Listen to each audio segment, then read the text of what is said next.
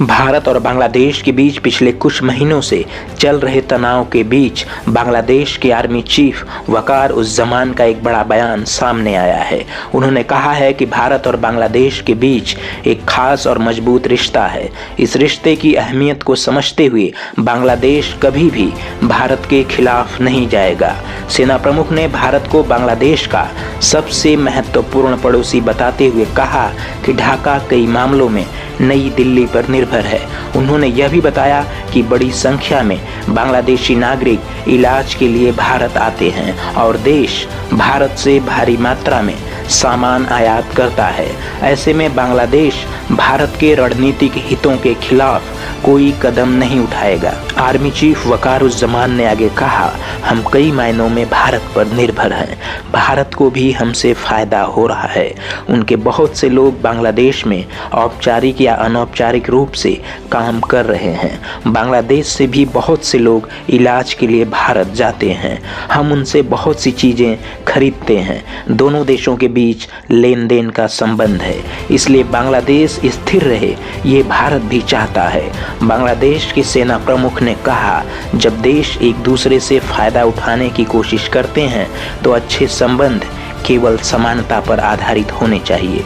उन्होंने कहा, बांग्लादेश के लोगों को भी यह नहीं सोचना चाहिए कि भारत बांग्लादेश पर हावी हो रहा है या ऐसा कुछ कर रहा है जो हमारे हितों के खिलाफ है। चीन और बांग्लादेश के बीच गहराते रक्षा संबंधों को लेकर जनरल वकारुज्जमान ने कहा, हम लोगों की विदेश नीति बेहतरीन है, सबसे दोस्ती और किसी से दुश्मनी नहीं।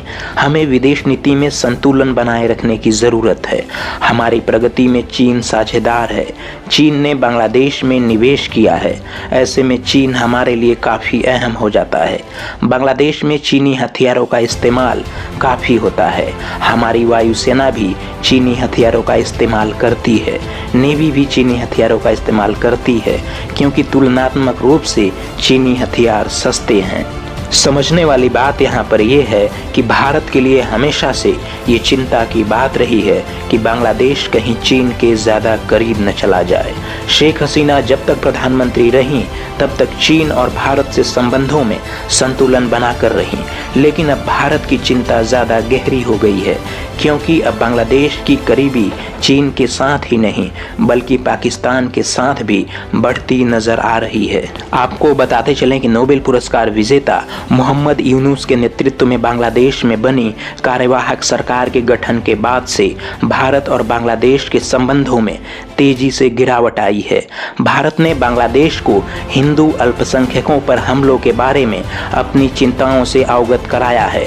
बावजूद इसके यूनुस सरकार ने हिंदू संत चिन्मय कृष्ण दास को राजद्रोह के आरोप में गिरफ्तार कर लिया, जिससे दोनों देशों के संबंधों में नई अड़चन पैदा हो गई है।